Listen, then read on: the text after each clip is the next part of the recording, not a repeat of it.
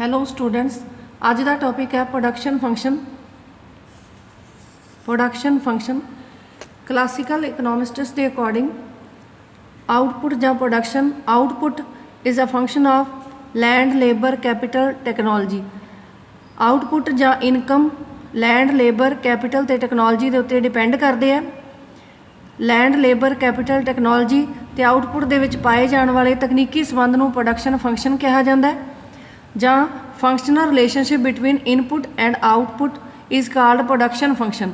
Classical economists ਦੇ according land, capital ਅਤੇ technique ਇਹ ਕੌਂਸਟੈਂਟ ਰਹਿੰਦੇ ਆ, ਇਹਨਾਂ ਦੇ ਵਿੱਚ ਕੋਈ ਚੇਂਜ ਨਹੀਂ ਕੀਤਾ ਜਾ ਸਕਦਾ। ਲੇਬਰ ਹੀ ਇਕੱਲਾ ਫਲੈਕਸੀਬਲ ਇਨਪੁੱਟ ਹੈ, ਇਸ ਕਰਕੇ ਲੇਬਰ ਨੂੰ ਚੇਂਜ ਕਰਕੇ ਆਊਟਪੁੱਟ ਨੂੰ ਚੇਂਜ ਕੀਤਾ ਜਾ ਸਕਦਾ ਹੈ। ਆਊਟਪੁੱਟ ਹੈ ਜਿਹੜਾ ਉਹ ਇੰਪਲਾਇਮੈਂਟ ਦੇ ਉੱਤੇ ਜਾਂ ਲੇਬਰ ਦੀ ਮਾਤਰਾ ਦੇ ਉੱਤੇ ਡਿਪੈਂਡ ਕਰਦਾ ਹੈ। ਕਲਾਸੀਕਲ ਥਿਊਰੀ ਦੇ ਵਿੱਚ ਆਊਟਪੁੱਟ ਅਤੇ ਇੰਪਲਾਇਮੈਂਟ ਦੇ ਰਿਲੇਸ਼ਨ ਨੂੰ ਪੜ੍ਹਿਆ ਜਾਂਦਾ ਹੈ। Functional relationship between employment and output is called production function. Employment ਅਤੇ ਆਊਟਪੁੱਟ ਦੇ ਵਿੱਚ ਪੋਜ਼ੀਟਿਵ ਰਿਲੇਸ਼ਨ ਪਾਇਆ ਜਾਂਦਾ, ਡਾਇਰੈਕਟ ਰਿਲੇਸ਼ਨ ਪਾਇਆ ਜਾਂਦਾ ਹੈ। ਇੰਪਲਾਇਮੈਂਟ ਜਦੋਂ ਵੱਧਦਾ ਹੈ ਤਾਂ ਆਊਟਪੁੱਟ ਵੀ ਵੱਧਦਾ ਹੈ। ਇੰਪਲਾਇਮੈਂਟ ਜਦੋਂ ਘਟਾਇਆ ਜਾਂਦਾ ਹੈ ਤਾਂ ਆਊਟਪੁੱਟ ਵੀ ਘਟ ਜਾਂਦਾ ਹੈ।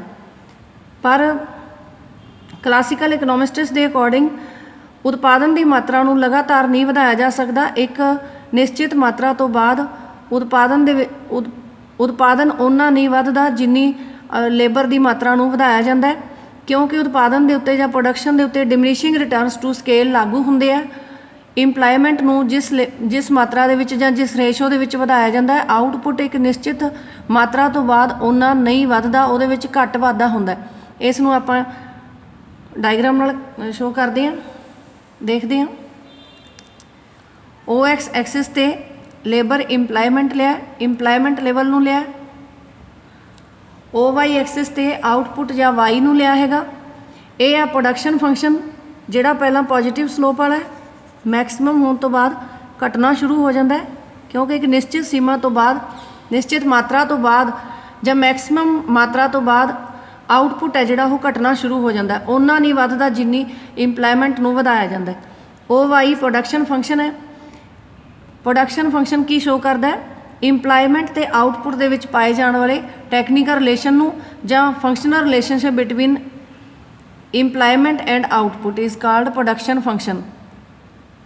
ਤਾਂ ਜਦੋਂ ਇੰਪਲਾਇਮੈਂਟ ਦੀ ਮਾਤਰਾ N0 ਹੈ, ਜਦੋਂ N0 ਲੇਬਰ ਨੂੰ ਇੰਪਲਾਇਮੈਂਟ ਦਿੱਤਾ ਜਾਂਦਾ ਹੈ ਤਾਂ ਉਦੋਂ ਪ੍ਰੋਡਕਸ਼ਨ ਹੁੰਦਾ Y0। ਜਦੋਂ ਇੰਪਲਾਇਮੈਂਟ ਦੀ ਮਾਤਰਾ ਵਧਾ ਕੇ N1 ਕਰ ਦਿੱਤੀ ਜਾਂਦੀ ਹੈ, ਆਊਟਪੁੱਟ ਵੀ ਵੱਧਦਾ ਹੈ, Y1 ਹੋ ਗਿਆ। ਜਦੋਂ ਇੰਪਲਾਇਮੈਂਟ N0 ਤੋਂ N1 ਵੱਧਦਾ ਹੈ ਤਾਂ ਆਊਟਪੁੱਟ ਵੱਧ ਕੇ Y1 ਹੋ ਜਾਂਦਾ ਹੈ। N1 ਤੋਂ ਬਾਅਦ ਜੇ ਇੰਪਲਾਇਮੈਂਟ ਨੂੰ ਵਧਾਇਆ ਜਾਂਦਾ ਹੈ, ਓਨਾ ਹੀ ਇੰਪਲਾਇਮੈਂਟ ਵਧਾਇਆ ਜਾਂਦਾ ਹੈ, N2 ਹੋ ਗਿਆ। ਇੰਪਲਾਇਮੈਂਟ ਦੀ ਮਾਤਰਾ ਵੱਧ ਕੇ N2 ਹੋ ਗਈ ਤਾਂ ਆਊਟਪੁੱਟ ਵੱਧ ਕੇ ਹੋ ਜਾਊਗਾ Y2 ਤਾਂ ਉਤਪਾਦਨ ਦੇ ਵਿੱਚ ਜ਼ਿਆਦਾ ਵਾਧਾ ਨਹੀਂ ਹੋ ਰਿਹਾ। ਇੰਪਲਾਇਮੈਂਟ ਜਿੰਨਾ ਵਧਿਆ, ਆਊਟਪੁੱਟ ਉਸ ਨਾਲੋਂ ਬਹੁਤ ਘੱਟ ਵਧਿਆ, ਕਿਉਂਕਿ ਇੱਥੇ ਡਿਮਿਨਿਸ਼ਿੰਗ ਰਿਟਰਨਸ ਟੂ ਸਕੇਲ ਹੈ ਜਿਹੜੇ ਉਤਪਾਦਨ ਦੇ ਵਿੱਚ ਸ਼ੁਰੂ ਹੋ ਜਾਂਦੇ ਆ। ਇੰਪਲਾਇਮੈਂਟ ਨੂੰ ਜਿਵੇਂ ਜਿਵੇਂ ਵਧਾਇਆ ਜਾਂਦਾ ਆਊਟਪੁੱਟ ਦੇ ਵਿੱਚ ਵਾਧਾ ਹੁੰਦਾ, ਪਰ ਇੱਕ ਨਿਸ਼ਚਿਤ ਸੀਮਾ ਤੋਂ ਬਾਅਦ ਜਾਂ ਜਦੋਂ ਮੈਕਸੀਮਮ ਹੋ ਜਾਂਦਾ ਆਊਟਪੁੱਟ, ਤਾਂ ਉਸ ਤੋਂ ਮਗਰੋਂ ਜਦੋਂ ਇੰਪਲਾਇਮੈਂਟ ਨੂੰ ਵਧਾਇਆ ਜਾਂਦਾ ਤਾਂ ਉਤਪਾਦਨ ਵਧਣ ਦੀ ਬਜਾਏ ਘਟਣਾ ਸ਼ੁਰੂ ਹੋ ਜਾਂਦਾ। ਹੁਣ ਜੇ N2 ਤੋਂ ਬਾਅਦ ਇੰਪਲਾਇਮੈਂਟ ਨੂੰ ਵਧਾਇਆ ਜਾਊਗਾ, N3 ਕੀਤਾ ਜਾਊਗਾ, ਤਾਂ ਆਊਟਪੁੱਟ ਵਧਣ ਦੀ ਬਜਾਏ ਘਟ ਜੂਗਾ। ਤਾਂ ਆਊਟਪੁੱਟ ਇੱਥੇ ਘੱਟ ਸ਼ੋ ਹੋ ਰਿਹਾ। Y3 ਹੈ ਜਿਹੜਾ Y1 ਤੋਂ ਵੀ ਘੱਟ ਹੈ, ਉਤਪਾਦਨ ਘਟਣਾ ਸ਼ੁਰੂ ਹੋ ਜੂਗਾ। ਅਤੇ ਇਹ ਹੈ ਪ੍ਰੋਡਕਸ਼ਨ ਫੰਕਸ਼ਨ। ਪ੍ਰੋਡਕਸ਼ਨ ਫੰਕਸ਼ਨ ਤੋਂ ਕੀ ਪਤਾ ਲੱਗ ਰਿਹਾ ਕਿ ਆਊਟਪੁੱਟ ਅਤੇ ਇੰਪਲਾਇਮੈਂਟ ਦੇ ਵਿੱਚ ਕਿਹੋ ਜਿਹਾ ਰਿਲੇਸ਼ਨ ਪਾਇਆ ਜਾ ਰਿਹਾ। ਇੰਪਲਾਇਮੈਂਟ ਅਤੇ ਆਊਟਪੁੱਟ ਦੇ ਵਿੱਚ ਟੈਕਨੀਕਲ ਰਿਲੇਸ਼ਨ ਪਾਇਆ ਜਾਂਦਾ ਹੈ। ਆਊਟਪੁੱਟ ਅਤੇ ਇੰਪਲਾਇਮੈਂਟ ਦੇ ਵਿੱਚ ਡਾਇਰੈਕਟ ਰਿਲੇਸ਼ਨ ਹੈ। ਸ਼ੁਰੂ ਦੇ ਵਿੱਚ ਜਿਵੇਂ ਜਿਵੇਂ ਇੰਪਲਾਇਮੈਂਟ ਨੂੰ ਵਧਾਇਆ ਜਾਂਦਾ ਤਾਂ ਆਊਟਪੁੱਟ ਵੀ ਵੱਧਦਾ, ਪਰ ਮੈਕਸੀਮਮ ਲਿਮਿਟ ਤੋਂ ਬਾਅਦ ਜੇ ਮੈਕਸੀਮਮ ਉਤਪਾਦਨ ਲੈਵਲ ਤੋਂ ਬਾਅਦ 'ਚ ਜੇ ਇੰਪਲਾਇਮੈਂਟ ਨੂੰ ਵਧਾਇਆ ਜਾਂਦਾ ਤਾਂ ਆਊਟਪੁੱਟ ਵਧਣ ਦੀ ਬਜਾਏ ਘਟਣਾ ਸ਼ੁਰੂ ਹੋ ਜਾਂਦਾ, ਕਿਉਂਕਿ ਇੱਥੇ ਉਤਪਾਦਨ ਦੇ ਉੱਤੇ ਡਿਮਿਨਿਸ਼ਿੰਗ ਰਿਟਰਨਸ ਟੂ ਸਕੇਲ ਲਾਗੂ ਹੋ ਰਹੀ ਹੈ।